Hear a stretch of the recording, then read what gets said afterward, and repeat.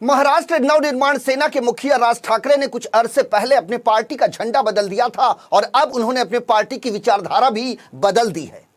मनसे प्रमुख राज ठाकरे हिंदुत्व के मुद्दे को लेकर अब राजनीति के अखाड़े में कूद पड़े हैं। महाराष्ट्र में हिंदुत्व के मुद्दे को लेकर शिवसेना और महाराष्ट्र नवनिर्माण सेना आमने सामने आ गए हैं। मनसे प्रमुख राज ठाकरे महाराष्ट्र में सियासत की नई इबारत लिखने में जुट गए हैं। अब तक मराठी मानुस के नाम पर सियासत करते आ रहे राज ठाकरे ने अब हिंदुत्व का दामन थाम लिया है।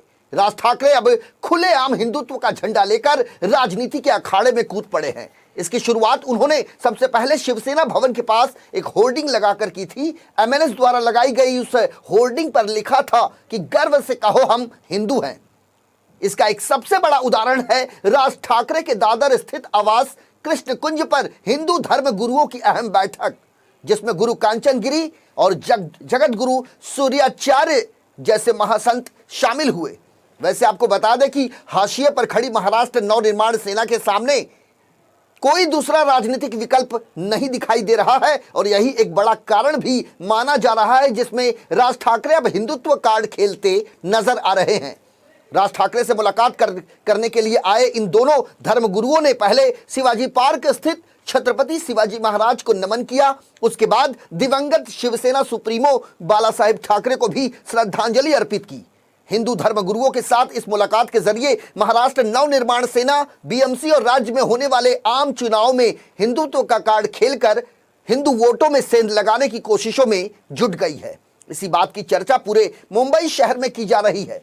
वहीं दूसरी ओर दशहरा के दिन शिवसेना पक्ष प्रमुख उद्धव ठाकरे ने अपने भाषण के दौरान यह कहा था कि देश के हिंदुओं को अब नव हिंदुत्व से खतरा है।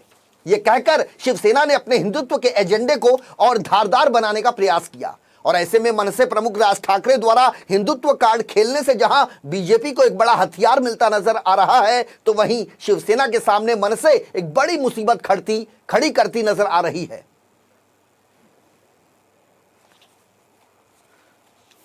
देखिए, बातचीत तो सिर्फ हमारा एक ही एजेंडा है, हिंदू राष्ट्र को लेकर, और हिंदू राष्ट्र को लेके ही चर्चा हुई है कि जो भारत देश है वो हिंदू राष्ट्र के नाम से जाना जाए। और हिंदू राष्ट्र कोई नया मुद्दा नहीं है, ये जब से भारत भूमि हिंदू भूमि बनी है, सनातन भूमि का नाम ही पहले हिंदू राष्ट्र था। जो आज हम मांग कर रहे हैं कोई नई मांग नहीं है। इस बात को लेके चर्चा हुई है। दूसरी चर्चा हुई उत्तर भारतीयों को लेके, तो जो कन्फ्यूज़न था उत्तर भारतीयों को लेके कि उत्तर भारतीयों के लेकर हमारे राज साहब ठाकरे के मन में वो भेदभाव रहता है, लेकिन ऐसा कुछ भी नहीं है। जो सुना गया उसे कंफ्यूज किया गया है। वो बहुत प्रेम करते हैं उत्तर भारतीयों से। उनका कहना था कि जैसे वाकई मैं बिहार की रहने वाली हूँ, वहाँ मैंने देखा है कि गांव से लोग पलायन हो रहे हैं। कोई इंडस्ट्री लगेगी तो लोग वहाँ गांव में अपना रोजगार मिल सकता है, घर से बाहर नहीं जाना पड़ेगा।